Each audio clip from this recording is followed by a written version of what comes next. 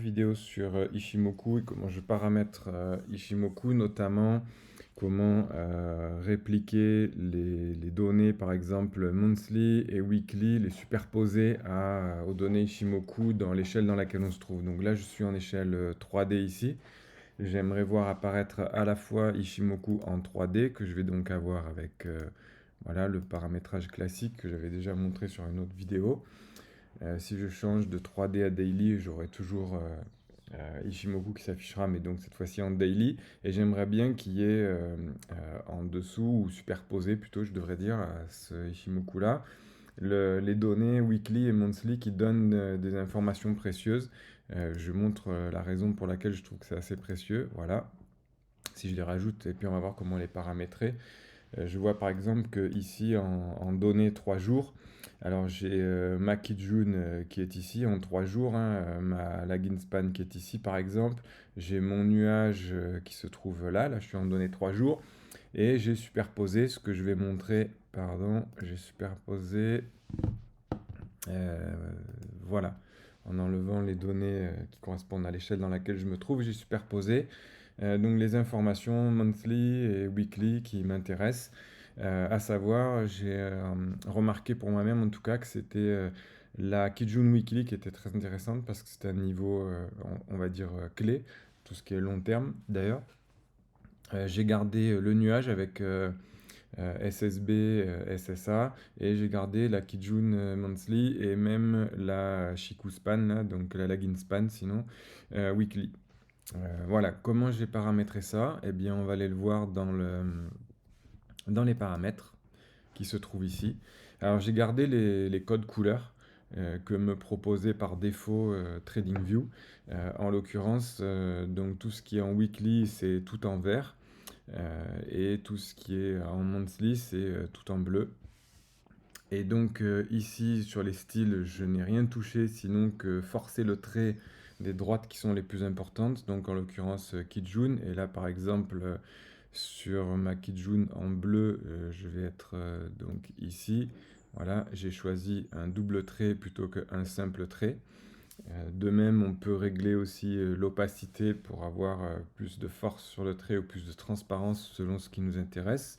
Ce sont plutôt des réglages à déterminer personnellement. Donc j'ai fait ça pour la Kijun Monthly, pour la SSB et pour la Kijun Weekly, c'est ce qui m'intéresse principalement. Et je vais retourner voir donc pour les paramètres en entrée. Alors voilà, on a un paramètre de base, celui-là je le zappe pour une raison euh, non, je le zappe pas parce que je dis une bêtise, autant pour moi. Je dois quand même corriger ici le déplacement.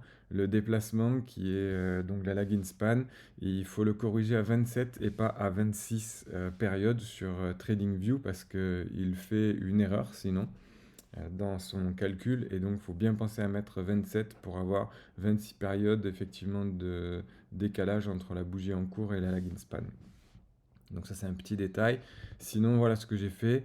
On a plusieurs échelles de temps qu'on peut paramétrer pour les voir apparaître, on va dire. Euh, Elles sont les différentes échelles de temps pour les paramétrer dans différentes sections. Donc on a First Ishimoku qui va être une section. Pour moi je l'ai réglé sur le time frame monthly ici, mais j'aurais très bien pu le mettre sur weekly si j'aurais préféré avoir la couleur bleue étant le weekly et la couleur verte étant le monthly, peu importe. Moi, je l'ai fait comme ça. Donc, mon premier Ishimoku, c'est monthly. Je sélectionne ce qui m'intéresse en monthly. Donc, il m'intéresse la Kijun, la Shikuspan, le nuage. Je ne l'ai pas mis en monthly. J'ai changé le offset ici, que vous êtes libre de changer par rapport à ce qu'il est par défaut. Le offset, c'est simplement à quelle distance on voit apparaître les petites indications ici par rapport à l'extrémité de la droite. Voilà. Et pour moi, quand c'est trop proche, selon les différents graphiques, ça se mélange avec d'autres informations que je note sur les graphiques et c'est donc casse-pied. Donc j'ai écarté un peu plus par rapport à ce qui était prévu initialement par défaut. Voilà. Mon second Ishimoku time frame, j'ai donc mis weekly, une semaine. Voilà, qui se règle par le menu déroulant. et j'ai calibré ça sur, enfin j'ai souhaité garder, on va dire, la Kijun, la lagging span, donc la lagging span qui est ici en weekly, ma Kijun qui se trouve donc là, et le Kumo, donc le nuage, voilà, dont on peut régler après les couleurs. Pareil pour le offset. Et je n'ai rien mis d'autre pour tout le reste, hein. On a Third Ishimoku, Fourth Ishimoku, etc. Je n'ai pas activé l'Ishimoku en un jour. Voilà, il n'est pas activé, il s'active comme ça, hein, voilà. Là, j'ai activé Second Ishimoku ici. Je peux l'enlever ou le mettre. Voilà, on voit bien que ça change derrière sur le graphique. Et je peux aussi changer, par exemple, le mois, si je veux l'enlever. Voilà, je fais ça et on voit bien que la Kijun Monthly ici disparaît. Donc c'est ici qu'on les active, j'avais oublié de le préciser. Voilà. Et je n'ai pas paramétré de mon daily, par exemple, mon Ishimoku daily, je ne l'ai pas paramétré ici pour le voir systématiquement apparaître. Je préfère passer par voilà, le deuxième indicateur qui est le classique, hein, Ishimoku classique, versus celui-là qui est le MTF, Ishimoku MTF, et il faut prendre celui de Anthony F50. Voilà. Donc MTF Anthony F50. C'est celui-là qu'il faut aller choisir, qui est le bon et qui a été recommandé par Karen Pelloil, que je vous recommande d'aller voir parce que c'est notre experte en Ishimoku, experte mondiale en Ishimoku, grâce à qui j'ai appris beaucoup de choses. Voilà, j'espère que cette vidéo vous aura servi.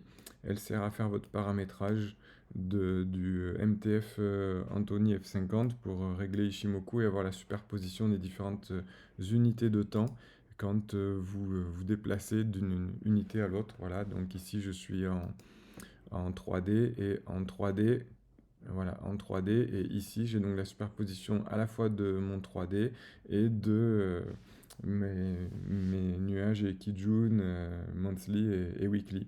Voilà. Et pour ma part, j'ai juste en 3D déterminé, on va dire, dans les paramétrages de base de Ishimoku, donc qui sont ceux qui s'ajustent automatiquement à l'échelle que je choisis. Donc là, je suis en 3D, mais si j'étais en daily, je garderais la même couleur de ça. J'ai par défaut paramétré donc ce Ishimoku sur des couleurs que je choisis moi et qui me correspondent. Voilà, donc moi j'ai voulu mettre la lagging span en jaune et j'ai voulu mettre ma Kijun en rouge parce que c'est ma droite de signal, on va dire, de narration de tendance.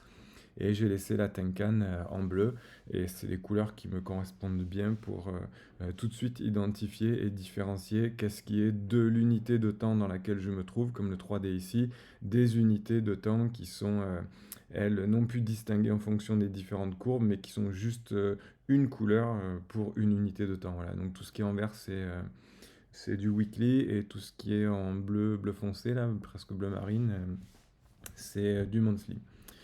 Et voilà, j'espère que ça vous aura été utile et à bientôt pour une prochaine vidéo.